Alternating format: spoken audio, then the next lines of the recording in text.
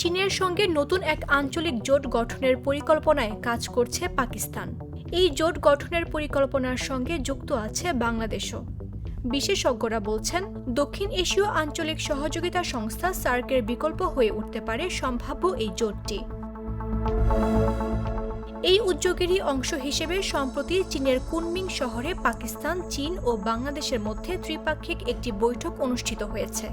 সোমবার পাকিস্তানি সংবাদ মাধ্যম এক্সপ্রেস ট্রিবিউন এক প্রতিবেদনে এ তথ্য জানায়। সংবাদ মাধ্যমটি বলছে, পাকিস্তান ও চীন বর্তমানে একটি নতুন আঞ্চলিক জোট গঠনের পরিকল্পনায় একসঙ্গে কাজ করছে, যা সার্কের বিকল্প হয়ে উঠতে পারে। ইসলামাবাদ ও বেইজিংয়ের মধ্যে এ বিষয়ে আলোচনা এরই মধ্যে অনেক দূর এগিয়ে গেছে। দুই দেশের মতে দক্ষিণ এশিয়ায় বাণিজ্য ও যোগাযোগ বাড়িয়ে আঞ্চলিক সংহতির জন্য নতুন একটি জোট সময়ের দাবি। সম্প্রতি চীনের কুনমিং শহরে পাকিস্তান, চীন ও বাংলাদেশের মধ্যে অনুষ্ঠিত ত্রিপাক্ষিক বৈঠক ছিল মূলত এ উদ্যোগেরই একটি অংশ।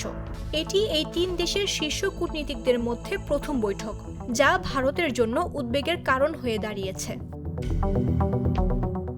বেশ কয়েকটি সূত্রের বরাত দিয়ে এক্সপ্রেস ট্রিবিউন জানায়, ভারতকে নতুন প্রস্তাবিত এই জোটে আমন্ত্রণ জানানো হতে পারে। তবে দিল্লি এতে ইতিবাচক সাড়া দেবে না বলেই ধারণা করা হচ্ছে, কারণ ভারতের আঞ্চলিক নীতি ও স্বার্থ অন্য দেশের চেয়ে আলাদা।